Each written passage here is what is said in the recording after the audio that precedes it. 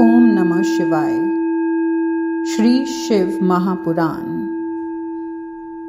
तृतीय खंड 40वां अध्याय। ब्रह्मा जी ने कहा, हे नारद, हमारी इस प्रकार स्तुति एवं प्रार्थना को सुनकर शिव जी बोले, हे ब्रह्मा तथा विष्णु, तुम सब देवताओं को साथ लेकर जिस कार्य के लिए आए हो वह हमसे स्पष्ट कहो। हम तुम्हारे मनोरथ को अवश्य पूरा करेंगे। यह सुनकर मैंने तथा विष्णु जी ने फिर इस प्रकार कहा, हे प्रभु, आप संपूर्ण देवताओं के स्वामी हैं। आप सबके मन की बात जानते हैं और अपने स्थान पर बैठे हुए तीनों लोकों की घटनाओं को देखते रहते हैं। अस्तु, आप इस प्रकार अनजान बनकर हमसे क्यों पूछ रहे हैं? फिर भी जब आपकी आज्ञा है तो हम यह प्रार्थना करते हैं कि नारद जी से उपदेश ग्रहण कर गिरिजा अत्यंत कठिन तपस्या कर रही है। उन जैसा कठोर तप आज तक किसी ने नहीं किया। अब आपको उचित है कि आप उनके पास जाकर इच्छित वरदान दें। हम सब लोगों की यह प्रबल इच्छा है कि हम गिरिजा के साथ आपके विवाह का आनंद लाभ करें और आपकी बारात में बाराती बनकर सम्मिलित हों। हे नारद, हम लोगों की यह प्रार्थना सुनकर शिवजी हंसकर बोले, हे देवताओं, विवाह करके सांसारिक जाल में फंसना मूर्खों का काम है। यद्यपि वेद ने उस संबंध में बहुत सी बातें कही हैं, परंतु उनमें सबसे मुख्य बात ध्यान में रखने योग्य यह है कि स्त्री की संगति के समान बुरा कर्म और कोई नहीं है। परंतु हम तुम्हारा कहना भी नहीं टाल सकते, क्योंकि यदि हम अपने भक्तों की बात न माने तो वेद और धर्म शास्त्र की प्रतिष्ठा कम होगी। अस्तु, चाहे हमें बहुत दुख ही क्यों न उठाने पड़े, फिर भी हम गिरिजा की तपस्या के वशीभूत होकर तुम्हारी प्रार्थना स्वीकार किए लेते हैं। तुम यह तो जानते ही होगे कि जब राजा कामरूप ने इच्छा की तब हमने दैत्य को मारकर उसे आनंद प्रदान किया था। इसी प्रकार गौतम के दुख को भी दूर किया था। जब हलाहल विष के कारण सब देवता भस्म हुए जा रहे थे, उस समय हमने कृपा करके उस विष को भी पी लिया था। विष्णु जी के रामचंद्र अवतार के समय हमने हनुमान का अवतार लेकर अनेक दुख उठाए थे। इसी प्रकार जब जब हमारे भक्तों पर कोई कष्ट पड़ा है, तब तब हमने स्वयं दुख उठाकर उन्हें आनंद प्रदान किया है। जिस प्रकार हमने गृहपति नामक अवतार लेकर विश्वामित्र मुनि के दुख को दूर किया, उसी प्रकार अब तुम्हारे लिए भी हम गिरिजा के साथ विवाह कर लेंगे, क्योंकि हमने भक्तों की प्रार्थना को कभी अस्वीकार नहीं किया है। अब तुम सब लोग निश्चिंत होकर अपने अपने लोक को जाओ। हे नारद, हम सबको विदा करने के उपरांत शिवजी ने सप्त ऋषियों को अपने पास बुलाया। तब उन्होंने शिवजी के समीप पहुंचकर दंडवत प्रणाम एवं स्तुति करते हुए हाथ जोड़कर कहा, हे प्रभु, आपने हमें किस लिए बुलाया है? अब आप हमें क्या आज्ञा देते हैं वह बताइए, हम उसका पालन करेंगे। यह सुनकर शिवजी उनसे बोले, हे ऋषियों, गिरिजा हमें प्राप्त करने के लिए बहुत कठिन तपस्या कर रही है। अस्तु, तुम उसके प्रेम की परीक्षा लेने के लिए उसके पास जाओ और उसे छलने का प्रयत्न करो। शिवजी की यह आज्ञा पाकर सप्त ऋषि गिरिजा के समीप जा पहुँचे और यह देखा कि वे साक्षात तपस्या का रूप बनी बैठी हैं। उस समय ऋषियों ने अपनी चतुराई का प्रदर्शन करते हुए उनसे यह कहा, हे गिरिजे, तुम ऐसा तप क्यों कर रही हो और किस कार्य के लिए ऐसी कठिन साधना में संलग्न हो? तुम हमसे सब हाल सत्य सत्य कहो।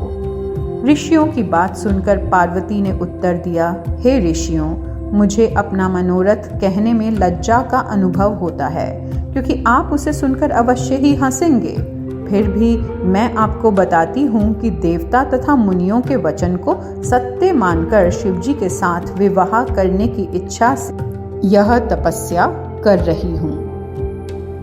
हे नारद, गिरिजा की बात सुनकर मुनियों ने हंसते हुए इस प्रकार कहा, हे गिरिजे, तुम नारद की बातों पर विश्वास कर बैठी? इससे बढ़कर मूर्खता और क्या होगी?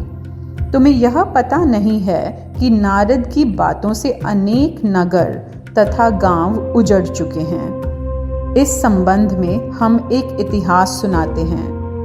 ब्रह्मा जी के पुत्र दक्ष प्रजापति ने 10 सहस्त्र पुत्रों को उत्पन्न किया था। वे सब बड़े गुणवान, रूपवान, बलवान तथा बुद्धिमान थे। दक्ष ने उन्हें सृष्टि उत्पन्न करने की आज्ञा दी, परंतु उसी समय नारद ने उनके पास पहुंचकर ऐसा उपदेश किया कि वे संस्कार त्याग कर वन में चले गए, फिर कभी लौटकर नहीं आए। इसके उपरांत दक्ष ने फिर उतने ही पुत्र उत्पन्न किए, परंतु वे भी नारद के उपदेश से उसी स्थान पर जा पहुंचे जहां पहले उनके भाई गए थे। यह गति देखकर दक्ष ने नारद को यह शाप दिया कि तुम एक मुहूर्त से अधिक किसी स्थान पर नहीं ठहर सकोगे। इसके अतिरिक्त नारद ने राजा चित्रकेतु के घर को भी नष्ट कर दिया और उन्होंने हिरण्यकशिपु का भी सर्वस्व नष्ट कर दिया। हम नारद को बहुत अच्छी तरह जानते हैं क्योंकि बहुत दिनों तक हम उनके साथ रहे हैं। इसलिए हम यह कहते हैं कि तुम नारद के भुलावे में आकर बहुत बड़ी भूल कर रही हो। हे गिरिजे, इसके अतिरिक्त जिन शिवजी को प्राप्त करने के लिए तुम यह घोर तपस्या कर रही हो, उनके संबंध में भी हम तुम्हें यह बता देना चाहते हैं कि वे निर्गुण, अशुभ, निर्लज तथा बुरा वेश धारण करने वाले हैं। ना तो उनके कुल परिवार का कोई पता है और ना उनके पास सेवक आदि ही हैं। तुम्हें उस ठग नारद ने मोहित करके तुम्हारी बुद्धि को भ्रष्ट कर दिया है। भला ऐसा पति पाकर तुम्हें कौन सा सुख मिल सकेगा? तुम इस बात पर भली भांति विचार करो तो यह स्पष्ट हो जाएगा कि हमारा कथन सत्य है अथवा नहीं। शिव ने पहले दक्ष की पुत्री के साथ भी विवाह किया था, परंतु जब वे उसका निर्वाह नहीं कर सके तो उसे मिथ्या दोष लगाकर त्याग दिया। तब से वे अपने आप में ध्यान लगाकर निश्चिंत बैठे रहते हैं। भला जो आदमी एकांत में ही रहना पसंद करता है, उसके पास किसी स्त्री का निर्वाह किस प्रकार हो सकता है? हमारा तो यह कहना है कि अब भी कुछ नहीं बिगड़ा है, तुम अपना हठ छोड़कर घर चली जाओ। यदि तुम अपने लिए श्रेष्ठ वर को ही चाहती हो तो हम तुम्हें यह भी बताए देते हैं कि विष्णु से अधिक श्रेष्ठ और कोई नहीं है। वे सब देवताओं के स्वामी हैं और तुम्हारे वर बनने के सर्वथा योग्य हैं। हे नारद, सप्त ऋषियों की बात सुनकर पार्वती ने उन्हें उत्तर देते हुए कहा, हे ऋषियों, आपका कहना सत्य हो सकता है, परंतु मेरे हठ में किसी प्रकार की कमी नहीं आएगी। मैं तो उसी राग को गाती रहूंगी जिसे अब तक गाती आई हूं। मेरा शरीर पहाड़ से उत्पन्न हुआ है, अतः उसमें पहाड़ की जड़ता प्रत्यक्ष देखने में आती है। मैं नारद जी को अपना गुरु स्वीकार कर चुकी हूं, अतः उनकी बात को किसी प्रकार नहीं टालूंगी, क्योंकि जो लोग गुरु के वचन को मिथ्या समझते हैं, वे कल्प भर भटकते रहने पर भी कभी ईश्वर को प्राप्त नहीं कर पाते। मैं आपकी इस बात को मान लेती हूँ कि विष्णु में सब गुण भरे हुए हैं तथा शिव जी अवगुणों की खान हैं, परंतु आपको यह भी अवश्य बता देना चाहती हूँ कि शिव जी निर्गुण हैं और उन्होंने अपने भक्तों की प्रसन्नता के निमित्त ही शरीर धारण किया है। वे अपनी शक्ति और ऐश्वर्य का विज्ञापन नहीं करना चाहते, इसलिए वे परमहंस गति में रहकर अवधूतों के समान दिखाई देते हैं। वस्त्र और आभूषणों को पहनना तो साधारण मनुष्यों का काम है।